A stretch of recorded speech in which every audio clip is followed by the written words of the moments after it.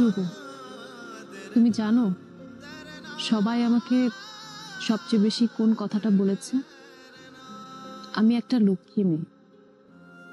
লক্ষ্মী মেয়েরা মায়েদের কথা শোনে, তারা কখনো প্রশ্ন করে না, তর্ক করে না, অবাধ্য হয় না, জীবন চলে সরল রেখায়।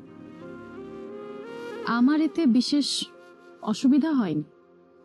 ক্লাস, বাসা, আবার ক্লাস, এভাবেই জীবন কেটে যাচ্ছিল। কিন্তু জীবনে প্রথমবার সাহস করে সেই তথাকথিত লক্ষ্মী মেয়ের ইমেজ হয়তো একটু ভাঙলো যখন আমি স্কুটি চালানো শুরু করলাম। কিন্তু বিশ্বাস করো, এই মুক্তির স্বাদ অনেকটা নেশার মতো। নেশায় বুধ থাকলে মানুষ ভালো মন্দ বুঝতে পারে না। আমিও তেমন কোনো কিছু না ভেবে তোমার দিকে পা বাড়ালাম। তোমাকে ভালো লাগতো কেন যেন। আমার রুটিন মাফিক জীবনের ছুটির ঘন্টা ছিলে তুমি। তোমার কণ্ঠস্বর ছিল আমার জীবনী শক্তি।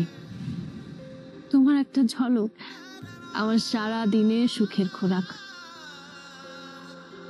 কিন্তু ওই যে সুখ বা দুঃখ কোনোটাই চিরস্থায়ী নয়।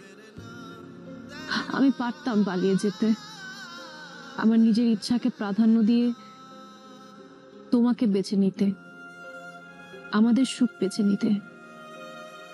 তবে জন্ম থেকে যার পায়ে বেড়ি পরানো থাকে সে হয়তো কিছু সময় চারণ করতে পারে, তবে দিন শেষে তাকে ফিরে যেতে হয় নীড়ে। আমার মাই আমার নীড়। আমি পারিনি আমার মায়ের অবাধ্য হতে। হয়তো একদিন সব সয়ে যাবে, আর তুমিও ভুলে যাবে সময়ের দাবিতে। শুধু থেকে থেকে মুখটা হু হু করে উঠবে।